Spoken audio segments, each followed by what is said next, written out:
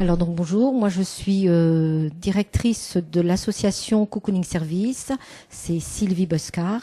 C'est une association donc d'aide à domicile du Nord par laquelle nous avons deux actions.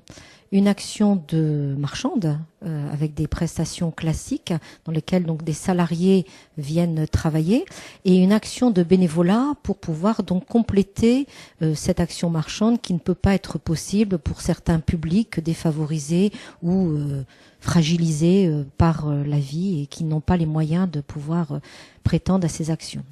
Alors les actions de cocooning pour le bénévolat, donc c'est l'aide à la personne, c'est-à-dire donc par l'écoute, le dialogue, éventuellement des jeux, des partages, parfois éventuellement les accompagner dehors pour faire une petite promenade quand elles n'ont plus la possibilité de marcher, mais aussi c'est de l'aide par exemple par une art thérapeute qui vient en tant que bénévole pour pouvoir repermettre à une personne qui était isolée et qui n'avait vraiment plus de goût, qui était très dépressive, de pouvoir reprendre goût un peu à la vie. Et d'ailleurs, au bout de 2 mois d'art-thérapie avec cette personne bénévole chez nous, elle a commencé à décider de réécrire. Et donc maintenant, elle sait de nouveau réécrire quelques lignes et faire des courriers à sa famille. Et c'est quelque chose qu'elle avait perdu et elle est vraiment très contente.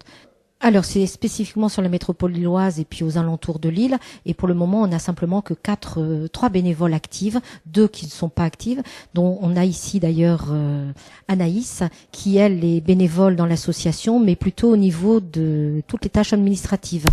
Alors moi j'ai eu l'occasion d'être bénévole, de faire un stage à Cocooning Service dans le cadre de mon cursus scolaire.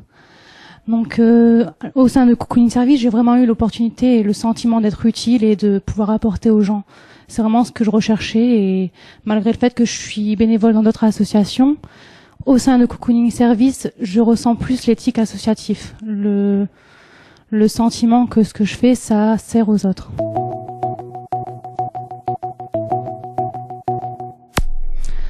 C'est un sentiment personnel, une satisfaction personnelle aussi, l'impression qu'on peut donner sans forcément attendre en retour.